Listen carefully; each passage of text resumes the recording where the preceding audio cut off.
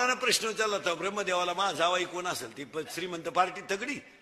त्याला त्या एका ब्रह्मदेवानं सांगितलं ते नदीच्या कडेला माशी धरते तो जावाई. ते बिघडलं ना रावण. ही पैशावाली माणसं याडपाट असतात, याडपाट असतात म्हणून तर त्यांच्याकडे पैसे असतात. आणि त्यांना लगेच 2-4 कार्यकर्त्यांना सांगितलं, हे बाई क्वार्टरला पैसे घ्या, नळ्या नळ्या खा, गाणं बिणं ऐका, त्याचा गेम करा. येणी 90 बिन हल्ली गाणे बिणे ऐकले, बारला गेले आणि त्याला धरून नेलं मारून टाकायला. यांनी त्याच्या पायाचा तोडला अंगठा. पण हे लई प्यायला असल्यामुळे याला सुधारलं नाही, मिळालं का काय, याने दिलं पाण्यात टाकून. ती गेलं वाहून. अहो ते वाहून गेलं तर ते आशा नदीच्या कडाला अडकलं झाडाला पहाटे.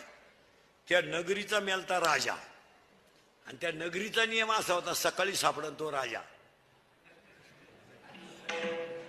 हे दिवस उगताच दिसलं ना, झालं ना राजा. त्यानंच पोर केली बायको रावणाची.